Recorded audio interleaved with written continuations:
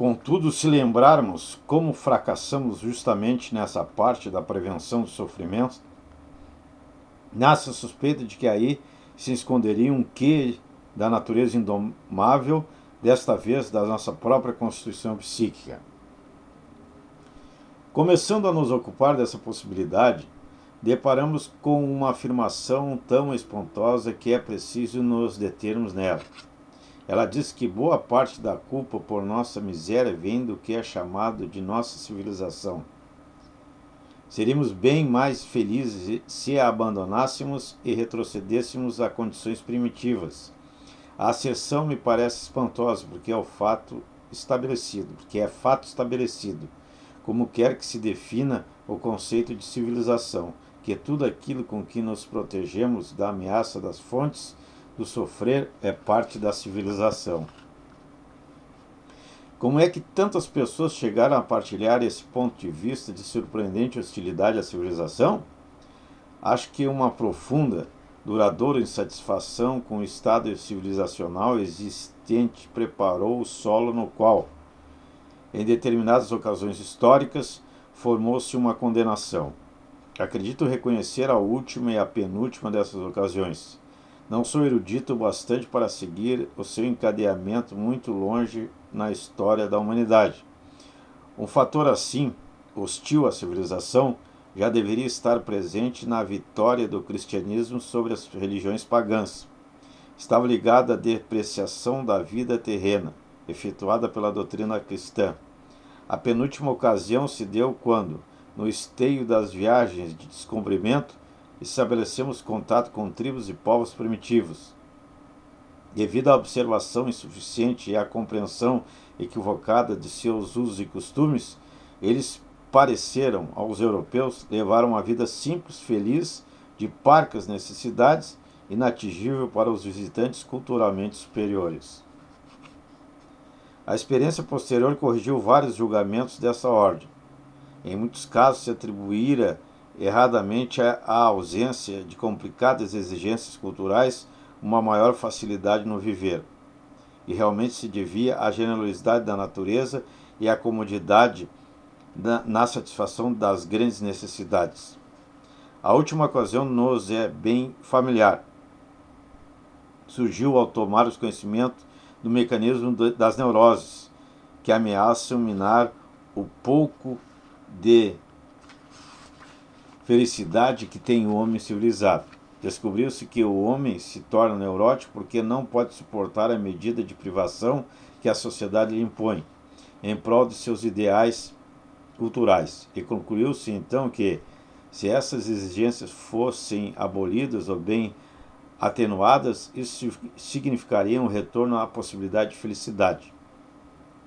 Um outro fator de exceção junta-se a estes.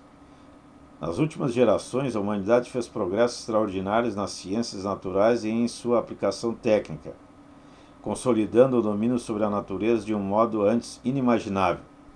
Os pormenores desses progressos são conhecidos, não é necessário enumerá-los. Os homens estão orgulhosos dessas realizações e têm direito a isso. Mas eles parecem haver notado que esta recém-adquirida disposição de espaço e de tempo, esta submissão das forças naturais, concretização de um seio milenar, não elevou o grau de satisfação prazerosa que esperam da vida, não os fez se sentirem mais felizes. Dessa constatação deveríamos concluir apenas que o poder sobre a natureza não é a condição única da felicidade humana, assim como não é o único objetivo dos esforços culturais, e não que os progressos da técnica não tenham valor nenhum para a economia da nossa felicidade. Podemos objetar, não é um positivo ganho de prazer, um inequívoco aumento na sensação de felicidade. Se sou capaz de ouvir a qualquer momento a voz do filho que mora a centenas de quilômetros de distância e logo após o desembarque do amigo posso saber que ele suportou bem a longa e penosa viagem, não significa nada o fato de a medicina haver conseguido reduzir extraordinariamente a mortalidade dos bebês, o perigo de infecção nas mulheres que dão à luz, e prolongar consideravelmente a duração média de vida do homem civilizado? E a esses benefícios que devemos à tão vilipendiada era do avanço técnico e científico, pode-se ainda acrescentar toda uma série. Mas aqui se ergue a voz da crítica pessimista, lembrando que a maioria dessas satisfações segue o modelo do prazer barato, que é louvado numa certa anedota. Ele consiste em pôr fora da coberta uma perna despida numa noite fria de inverno e em seguida guardá-la novamente. Não havendo estradas de ferro para vencer as distâncias, o filho jamais deixaria a cidade natal. Não seria necessário o telefone para ouvir-lhe a voz. Sem os navios transatlânticos, o amigo não empreenderia a viagem e eu não precisaria do telégrafo para acalmar minha inquietação por ele. De que nos serve a diminuição da mortalidade infantil, se justamente ela nos força a conter enormemente a procriação? De sorte que, afinal, não criamos mais filhos do que nos tempos anteriores ao domínio da higiene. Mas, por outro lado, dificultamos muito a nossa vida sexual no casamento e provavelmente contrariamos a benéfica seleção natural? Enfim, de que nos vale uma vida mais longa se ela for penosa, pobre em alegrias e tão plena de dores que só poderemos saudar a morte como a redenção? Parece fora de dúvida que não nos sentimos bem em nossa atual civilização, mas é difícil julgar-se. Em que medida os homens de épocas anteriores sentiram-se mais felizes e que papel desempenharam nisto suas condições culturais. Sempre nos inclinaremos a apreender nossa miséria objetivamente, isto é, a nos transportar para tais condições com as nossas exigências e suscetibilidades, para então examinar que ocasiões nelas veríamos para experimentar felicidade ou infelicidade. Este modo de consideração, que parece objetivo, porque abstrai das variações da sensibilidade subjetiva, é naturalmente o mais subjetivo que pode haver, ao colocar a nossa própria constituição psíquica no lugar de todas as outras que não conhecemos. Mas a felicidade é algo inteiramente subjetivo. Por mais que nos arrepiemos ante determinadas situações, a do antigo escravo nas galés, do camponês na Guerra dos 30 Anos, da vítima da Sagrada Inquisição, do judeu à espera do pogrom, é para nós impossível nos sentirmos na pele dessa gente, intuir as mudanças que o torpor original, o gradual entorpecimento, a sensação de expectativa, as maneiras mais finas e mais grosseiras de narcotização provocaram na suscetibilidade para as sensações de prazer e desprazer.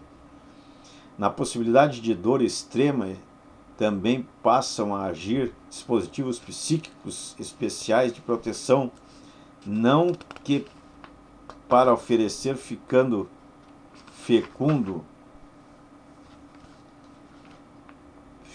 levar adiante esse aspecto do problema. É hora de nos voltarmos para a essência dessa civilização, cujo valor para a felicidade é posto em dúvida. Não vamos requerer uma fórmula que expresse tal essência em poucas palavras, antes mesmo que nossa investigação nos ensine algo. Basta-nos então repetir que a palavra civilização designa a inteira soma das realizações e instituições que afastam a nossa vida daquela de nossos antepassados animais, e que serve para dois fins: a proteção do homem contra a natureza e a regulamentação dos vínculos dos homens entre si. Para maior clareza, vamos reunir os traços característicos da civilização, tal como se apresentam nas sociedades humanas. Nisso não estaremos em nos deixar guiar pelo uso corrente da língua, ou, como também se diz, pelo sentimento da língua, confiando em que assim faremos justiça a intuições que ainda se furtam a expressão em palavras abstratas.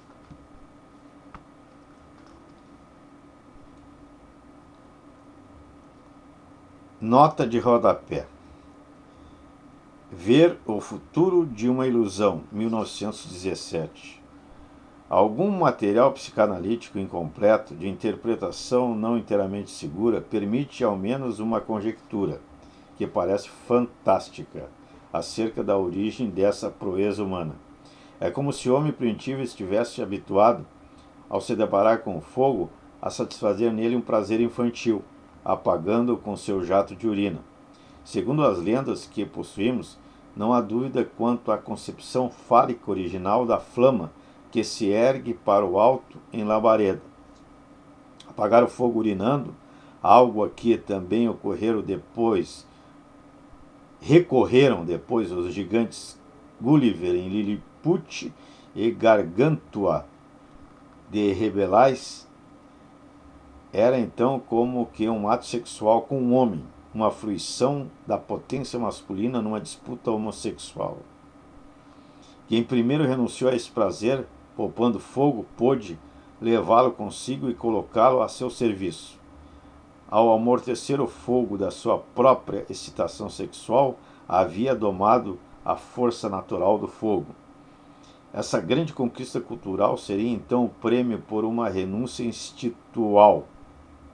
Além disso, é como se a mulher fosse designada a guardiã do fogo aprisionado no lar, pois a sua construção anatômica lhe proíbe ceder à tentação desse prazer. E também, digna de nota, a regularidade com que a experiência analítica atesta a relação entre fogo, ambição e erotismo uretral. Seguindo então, o começo é fácil. Vemos como culturais todas as atividades e valores que são úteis para o ser humano, colocando a terra a seu serviço, protegendo-o da violência das forças naturais, etc. Sobre esse aspecto do que é cultural, não parece haver dúvida. Se voltarmos suficientemente atrás no tempo, os primeiros atos culturais foram o uso de instrumentos, o domínio sobre o fogo, a construção de moradias. Entre eles, sobressai o domínio do fogo, realização extraordinária e sem precedente. Com os outros, o homem iniciou caminhos que desde então nunca deixou de seguir, e cujo estímulo primordial não é difícil imaginar. Com todos os seus instrumentos, ele aperfeiçoa os seus órgãos, tanto motores como sensoriais, ou elimina os obstáculos para o desempenho deles. Os motores lhe colocam à disposição imensas energias, que, tal como seus músculos, ele pode empregar em qualquer direção. Os navios e os aviões não deixam que a água e o ar lhe impeçam a movimentação. Com os óculos, ele corrige as falhas da lente de seu olho. Com o telescópio, enxerga a enormes distâncias. Com o microscópio, que supera as fronteiras da visibilidade que foram demarcadas pela estrutura de sua retina. Com a câmera fotográfica, ele criou um instrumento que guarda as fugidias impressões visuais e que o disco de gramofone também faz com que as igualmente transitórias impressões sonoras, no fundo, os dois são materializações da sua faculdade de lembrar, de sua memória. Com auxílio do telefone, ele ouve bem longe, de distâncias que seriam tidas por inalcançáveis até mesmo em contos de fadas. A escrita é, na sua origem, a linguagem do ausente, e a casa, um sucedâneo do útero materno, a primeira e ainda, provavelmente, a mais ansiada moradia na qual ele estava seguro e sentia-se bem. Não apenas parece um conto de fadas, é mesmo o cumprimento de todos os, não da maioria dos, desejos dos contos. Isso que o homem, por meio de sua ciência e técnica, realizou nesta terra, onde ele surgiu primeiramente como um fraco animal, e onde cada indivíduo de sua espécie tem que novamente entrar. O Ich of Nature, como uma desamparada criança de peito. Todo esse patrimônio ele pode reivindicar como aquisição cultural. Há tempos ele havia formado uma concepção ideal de onipotência e onisciência que corporificou em seus deuses. Atribuiu-lhes tudo o que parecia inatingível para seus desejos, ou que lhe era proibido. Pode-se então dizer que os deuses eram ideais culturais. Agora ele aproximou-se bastante desse ideal, tornou-se ele próprio quase um deus. Claro que apenas na medida em que os ideais, no julgamento geral dos homens, costumam ser alcançados. Não inteiramente, em alguns pontos, de modo algum, em outros somente em parte, o ser humano tornou-se, por assim dizer, uma espécie de Deus protético, realmente admirável quando coloca todos os seus órgãos auxiliares, mas esses não cresceram com ele e ocasionalmente lhe dão ainda muito trabalho. Ele tem o direito de consolar-se, porém, com o fato que essa evolução não terminará justamente no ano da graça de 1930. Épocas futuras terão novos, inimagináveis progressos nesse âmbito da cultura, aumentarão mais ainda a semelhança com Deus, mas não devemos esquecer, no interesse de nossa investigação, que o homem de hoje não se sente feliz com esta semelhança. Portanto, reconhecemos o alto nível cultural de um país quando vemos que nele se cultiva e adequadamente se providencia tudo o que serve para a exploração da terra pelo homem e para a proteção dele frente às forças da natureza, em suma, tudo o que lhe é proveitoso. Em tal país, os rios que ameaçam inundar as terras têm seus cursos regulados, e suas águas são conduzidas por canais até os lugares que delas necessitam. O solo é cuidadosamente trabalhado e plantado com vegetação que lhe for apropriada. Os tesouros minerais das profundezas são extraídos com diligência e usados na fabricação dos instrumentos e aparelhos necessitados. Os meios de transporte são abundantes, rápidos e confiáveis. Os animais selvagens e perigosos se encontram exterminados. Prospera a criação daqueles domesticados. Mas nós requeremos ainda outras coisas da civilização, e é digno de nota que esperemos vê-las realizadas nos mesmos países. Como se estivéssemos negando a existência feita em primeiro lugar, saudamos também como civilizado o fato de as pessoas se preocuparem com coisas que absolutamente não são úteis, que antes parecem inúteis. Por exemplo, quando numa cidade os parques necessários como áreas de lazer e reservatórios de ar possuem também canteiros de flores, ou quando as janelas das casas são adornadas com vasos de flores. Logo notamos que a coisa inútil que esperamos ver apreciada na civilização é a beleza. Exigimos que o homem civilizado venere a beleza, onde quer que ela lhe surja na natureza, e que a produza em objetos, na medida em que for capaz de fazê-lo. Isso está longe de esgotar o que reivindicamos da civilização, e queremos ainda ver sinais de limpeza e ordem. Não achamos que tivesse alto nível de civilização uma cidade inglesa do tempo de Shakespeare, quando lemos que diante da casa de seu pai, em Stratford, havia um monte de esterco. Nós nos indignamos e taxamos de bárbaro, que é o contrário de civilizado, quando vemos sujo de papéis os caminhos do bosque de Viena. A sujeira de qualquer tipo nos parece inconciliável com a civilização. Estendemos para o corpo humano a exigência de limpeza. Ouvimos espantados que a pessoa do Roy Soliel exalava um cheiro péssimo, e balançamos a cabeça quando, na Isola Bela, mostram-nos a pequenina bacia que Napoleão usava na toilette matinal. Não nos surpreendemos se alguém coloca o uso do sabão como medida direta do grau de civilização. O mesmo sucede com a ordem, que, tal como a limpeza, está ligada inteiramente à obra humana. Mas enquanto não podemos esperar que predomine a limpeza na natureza, a ordem, pelo contrário, nós copiamos dela. A observação das grandes irregularidades astronômicas deu ao ser humano não apenas um modelo, mas os primeiros pontos de partida para a introdução da ordem na sua vida. A ordem é uma espécie de compulsão de repetição que, uma vez estabelecida, resolve quando, onde e como algo deve ser feito, de modo a evitar oscilações e hesitações em cada caso idêntico.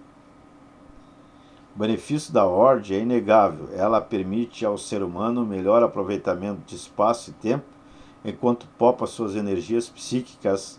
Seria justo esperar que se impusesse a atividade humana desde o princípio, sem dificuldades, e é de se espantar que isso não aconteça, que as pessoas manifestem um pendor natural à negligência, irregularidade e frouxidão no trabalho, e a duras penas têm de ser educadas na imitação dos modelos celestes. Beleza, limpeza e ordem ocupam claramente um lugar especial entre as exigências culturais.